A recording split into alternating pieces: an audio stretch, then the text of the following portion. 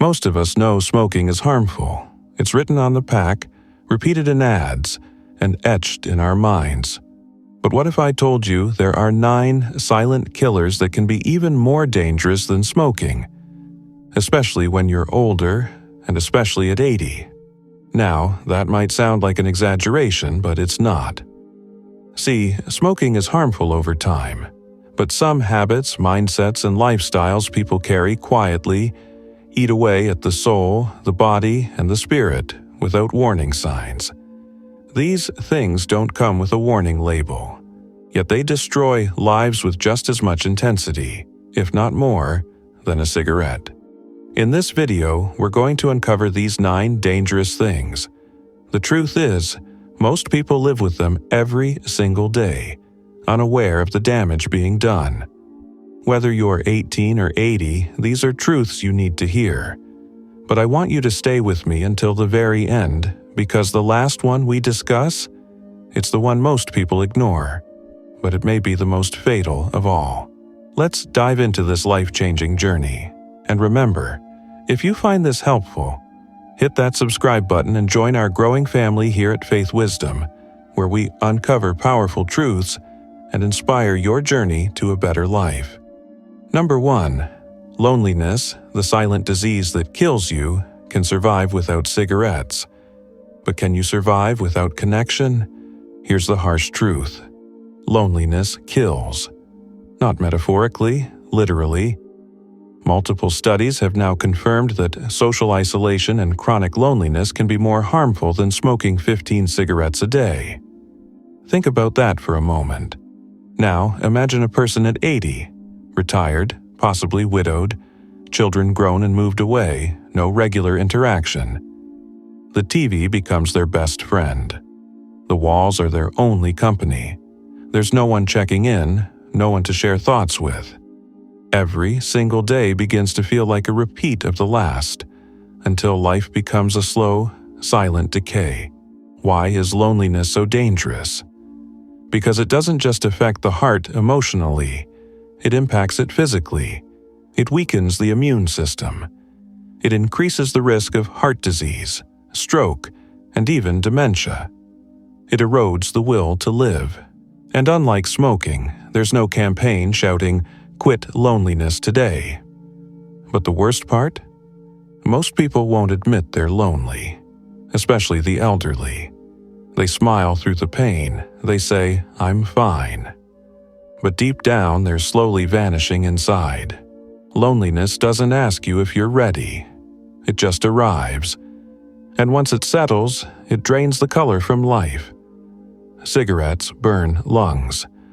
Loneliness burns the soul. Number 2. Regret, the poison of the past. There's something terrifying about waking up one day and realizing your life has been filled with what-ifs. What if I had forgiven that person? What if I had taken that leap? What if I had loved deeper, tried harder, lived fuller? Regret is emotional smoking. It's inhaling guilt and exhaling pain over and over. It doesn't just sit in your mind, it nests in your heart. It weighs you down like an anchor, pulling you back every time you try to move forward. Here's the tragedy. Regret often builds up quietly. You ignore your dreams for a paycheck. You avoid hard conversations. You settle. You postpone joy, promising yourself that one day you'll get to it. And suddenly, you're 80. You look back, and the opportunities are gone. The people are gone. The time is gone. Regret ages you. Not just emotionally, but physically. It increases stress. It fuels depression. It feeds anxiety. It weakens your immune system. It becomes a toxin that your body can't filter out.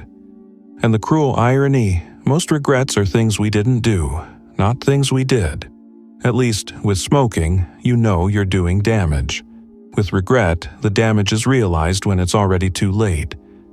If you're young, listen carefully. Regret is the disease of the old, but the decisions that cause it are made in youth. Don't be reckless, but don't be a prisoner to fear either, because no one ever lay on their deathbed saying, "I wish I played it safer." But many have whispered, "I wish I had truly lived." Number 3. Living without purpose, a slow spiritual death. A human without purpose is like a ship without a compass, lost, drifting, vulnerable to any storm. You can live without cigarettes, but can you truly live without purpose?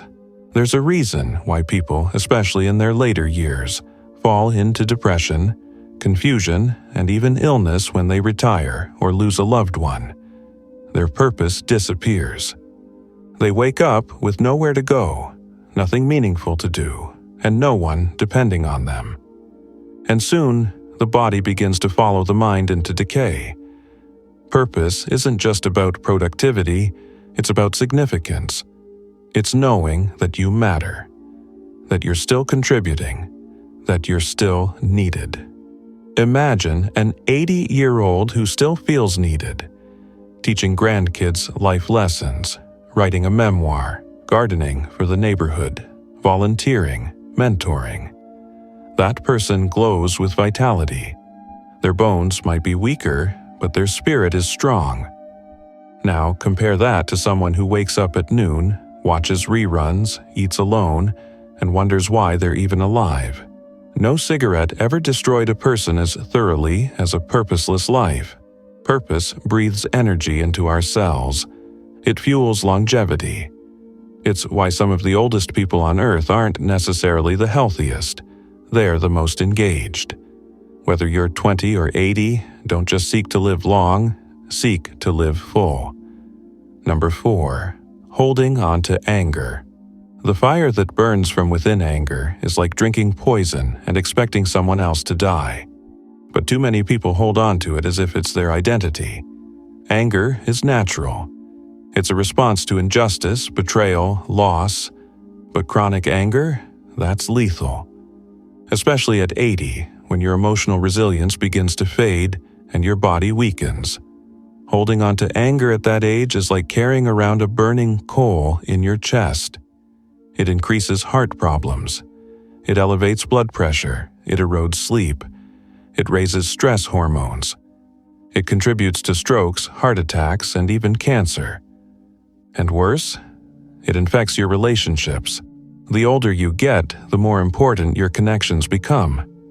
But if you've burned bridges and held grudges, you'll find yourself surrounded by silence. You might be right, they might have wronged you, but ask yourself, is your rightness worth your peace? At 80, your time is too precious to waste it being angry. You've earned your peace. Don't let the past rob you of it. Learn to forgive, not because they deserve it, but because you do. No cigarette will do as much harm as a heart that burns with resentment. Number 5. Living a sedentary life. The new smoking. If you sit too long, you rot. That may sound dramatic, but it's the truth. Sedentary living is now considered one of the most dangerous lifestyle choices in the modern world, comparable to smoking, and the damage gets worse with age. At 80, the body already slows down. Muscles shrink, bones weaken, blood flow slows. But if you add a sedentary lifestyle to the mix, you're literally inviting disease into your body. Sitting for long hours daily, on the couch, in front of the TV at the table, leads to obesity, type 2 diabetes, cardiovascular disease, deep vein thrombosis, and even certain cancers. It weakens the heart, slows metabolism, and triggers cognitive decline. And the worst part? The body loses what it doesn't use. Don't use your legs and soon you can't walk. Don't move your arms and soon they can't lift. Don't challenge your body and soon it forgets how to live. No cigarette ever glued someone to a chair, but modern life has. Especially for the elderly, physical activity isn't a luxury, it's a lifeline. Even a daily walk, some stretches, a bit of sunlight, movement isn't just exercise, it's medicine. It pumps blood, sharpens the mind, lifts the spirit, and elongates life. The next time you're tempted to stay still, remember, stillness in the body often leads to stillness in life, and then stillness in the heart. Number 6. Chronic stress, the invisible assassin. Stress is something we often treat like background noise. We say, "I'm just a little stressed," and we move on. But chronic stress that lives with you day and night for weeks, months, or even years, is a killer. At 80, your body doesn't bounce back like it used to. The damage that stress does when you're young compounds over time. It wears down your heart, your brain, your immune system. And by the time you're older, that damage is not only visible, it's devastating. Let's break it down.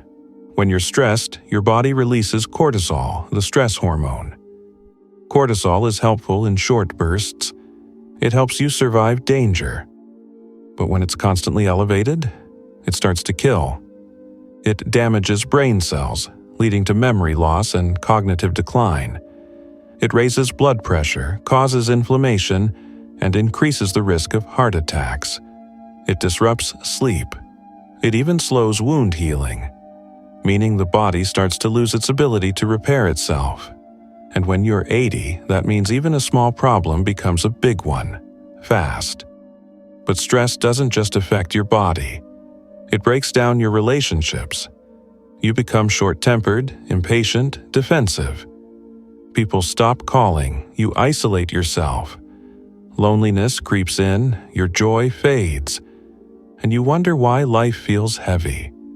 Now imagine all of this quietly eroding your well-being, like a silent wave hitting a cliff over and over. That's chronic stress.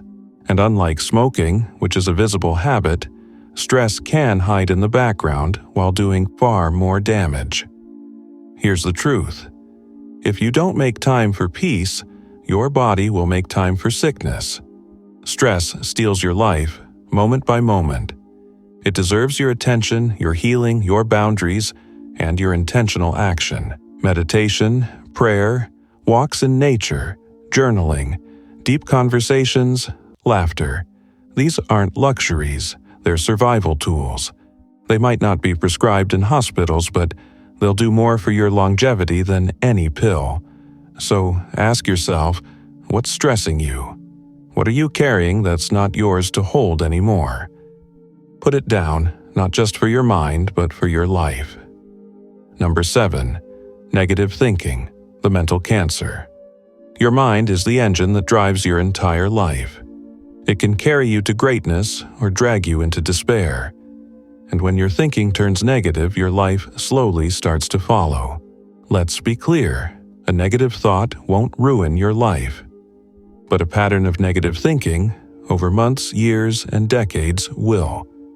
It changes how you view the world, how you treat others, how you see yourself, and how your body functions. By the time you're 80, those thoughts have shaped your entire world. You've seen them. The people who, even in old age, laugh, love, and shine like the sun. And then there are others who are constantly bitter, fearful, and cynical. They complain about the weather, the news, the neighbors, the food, their body, and even the past. Their face is tense, their heart is heavy, their light is gone. This isn't just about attitude, it's about survival. Negative thinking increases the risk of dementia, speeds up aging, and weakens the immune system. It traps people in their own minds, unable to enjoy the time they have left.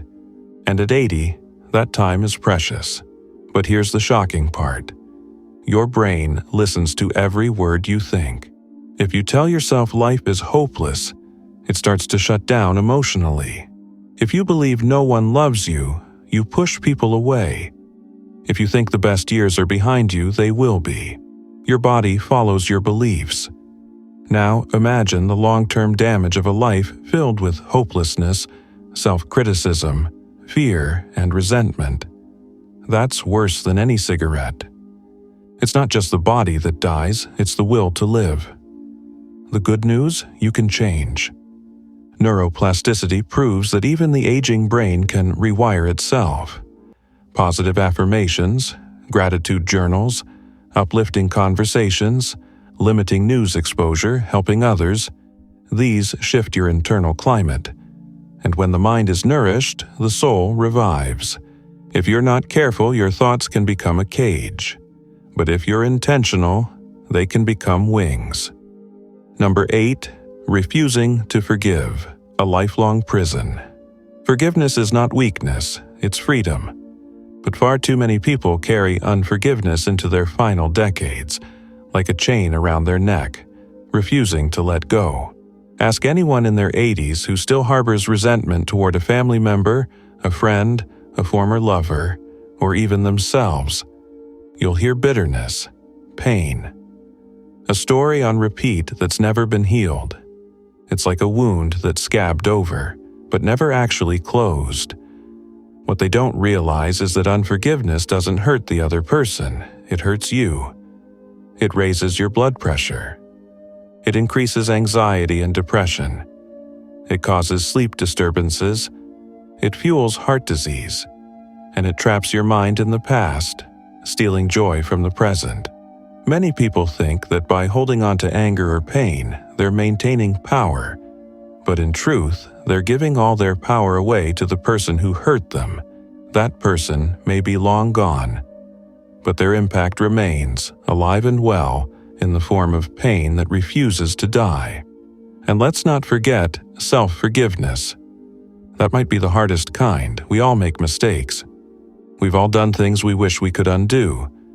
But at 80, those mistakes either become a grave you dig every day, or a lesson that fuels wisdom. Refusing to forgive yourself or others is like smoking bitterness every morning. It's toxic. It blackens the soul. It saps energy. And most tragically, it keeps you from peace. Forgiveness doesn't say what they did was okay. It says you're done letting it control you. It doesn't erase the past, it rewrites your future. So ask yourself, who are you still holding prisoner in your heart? And are you willing to stay locked in with them for the rest of your life? Number 9. Giving up on life, the final, most dangerous mistake. Here we are, the last one. And it's the most dangerous of them all. Not because it kills the body instantly, but because it quietly kills the will to live. See, there comes a moment in many people's lives, especially as they grow older, where they stop trying, they stop dreaming, they stop believing. They settle into a slow, passive existence where every day is a repeat of the last. No excitement, no curiosity, no growth, just survival. This, my friend, is the ultimate danger. Because the human spirit is meant to expand. It's wired for progress, meaning, and connection. And the moment you give up, when you say, "I'm too old," it's too late. What's the point? You begin the countdown. Not to death, but to disconnection. From people, from passion, and from God. Giving up doesn't always look like a dramatic act. Sometimes it looks like sleeping all day, watching TV for hours, refusing help, avoiding people, talking only about the past, never smiling, never trying, never hoping. It looks like giving up on yourself. And here's the truth that too many people forget. You're not done until you're done. As long as there's breath in your lungs, there's a reason you're here. That reason may change over time, but it never disappears. You can love again. You can learn again. You can forgive again. You can build something, create something, impact someone. Even at 80, 90, 100, the world needs your wisdom. Your presence matters. Giving up on life is more dangerous than smoking because it kills before death arrives. It makes you a ghost in your own body. But the good news, you can choose again, right now. You can begin again. Final words.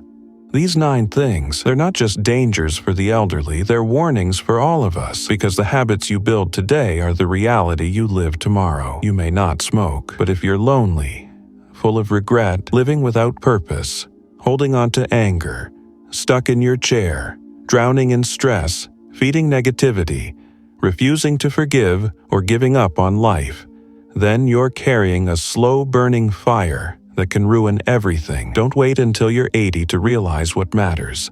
Live intentionally, live purposefully, live gratefully, and most importantly, Don't give up. If this message spoke to you, even just a little, please support us by hitting that subscribe button and joining our family.